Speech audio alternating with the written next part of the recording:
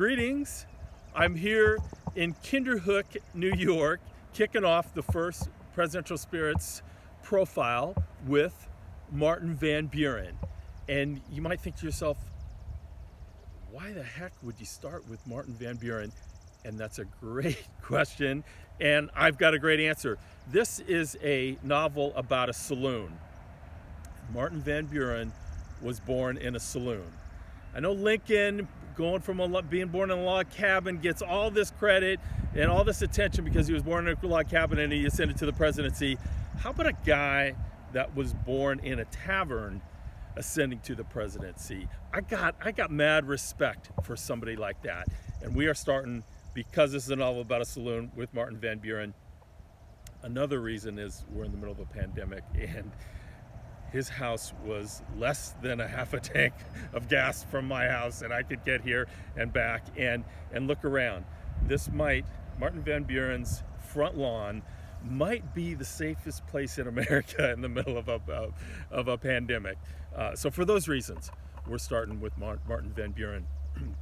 His father fought in the Revolution. His parents were Dutch. His English was his second language because they raised him and speaking Dutch. And being raised in a tavern like he was a phenomenal training ground for the rest of his life, really.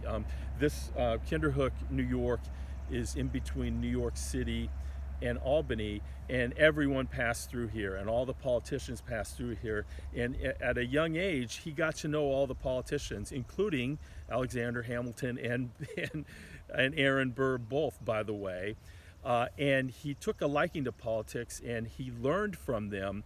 But the other thing he learned working at a young age in that saloon was observing human nature and getting to know people. And his folks took everyone in terms of, it didn't matter your social status or ethnicity, and so he got to know people of all types and like people of all types and get along with those, and it really helped him in his career because he was always the champion of the common man. And that's how he was viewed. And I think it was that a powerful combination of learning about people and learning about politics that he developed in the saloon that really helped him in life. And interestingly enough, he was, although women couldn't vote at the time, he was loved by women. And we'll just take a look at him. I mean, how can a guy like that not be loved by women, right? Hey, I'm the last guy on earth. That should be making fun of the way somebody looks.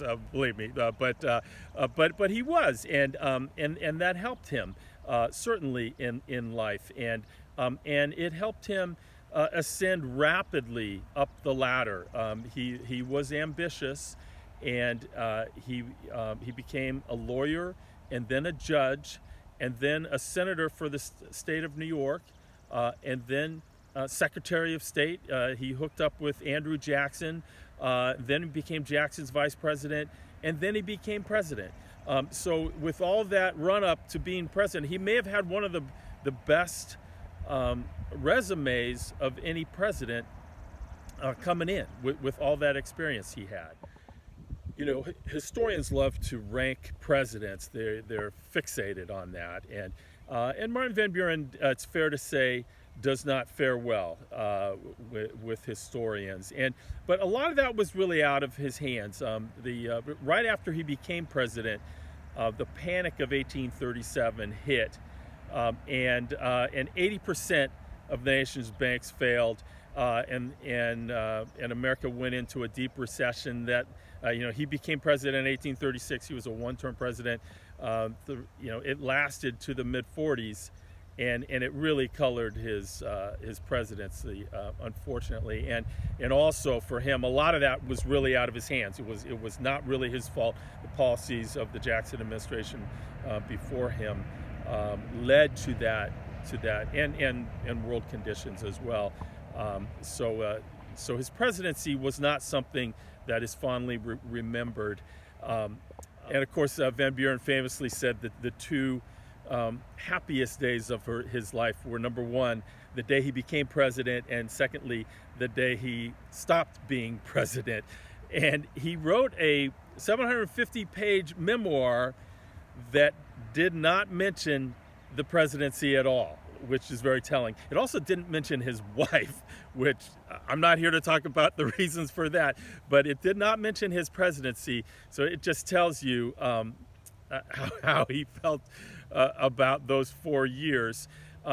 But his legacy is still secure beyond that. And part of the reason, I mean, he's really somebody that's thought, when you look back, he had a lot to do with the development of our two-party system in America.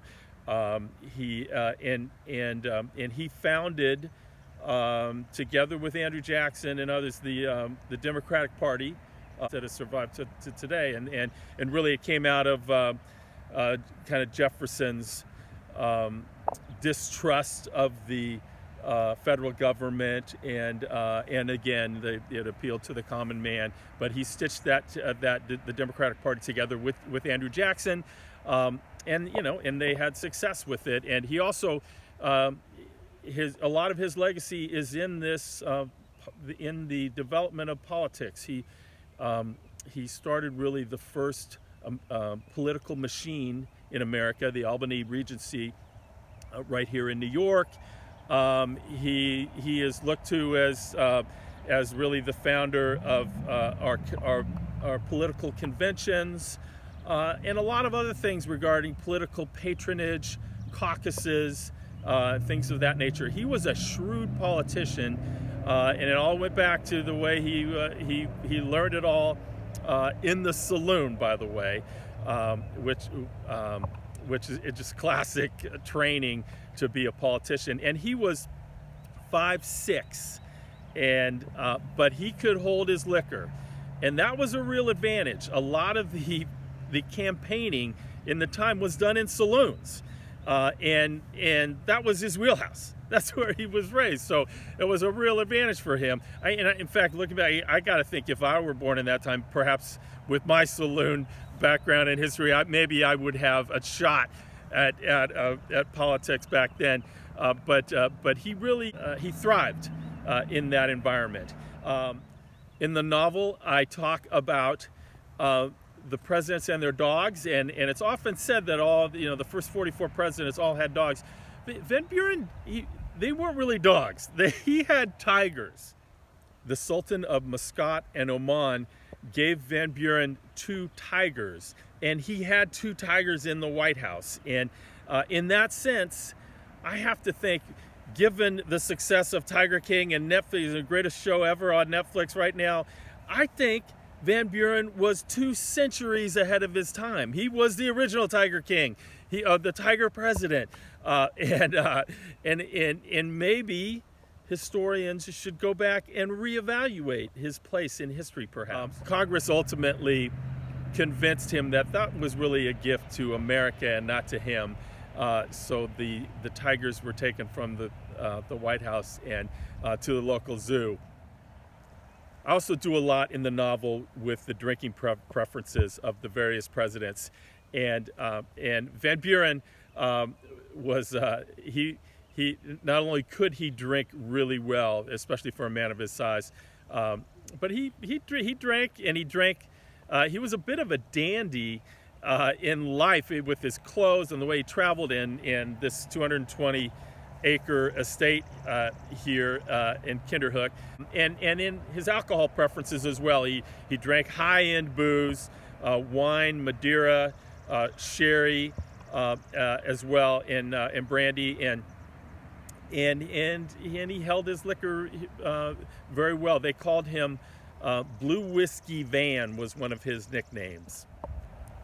In writing the novel, I knew that so many of our presidents were misogynistic and did not necessarily have the most enlightened views of others, of women, of minorities, of course, and I didn't dance around that in the saloon, and the wait staff in the saloon had to deal with that. And one of the most compelling characters, I think, in the novel is a strong female waitress, and she stands up to these folks and takes nothing from them, and gets in their face on a couple of issues.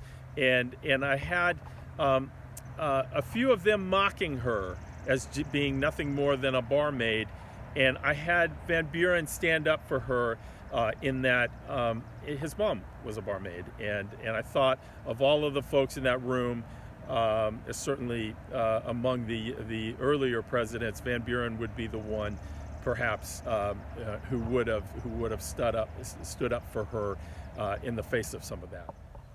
And of course, lately, Van Buren reappeared in the national consciousness through Seinfeld reruns.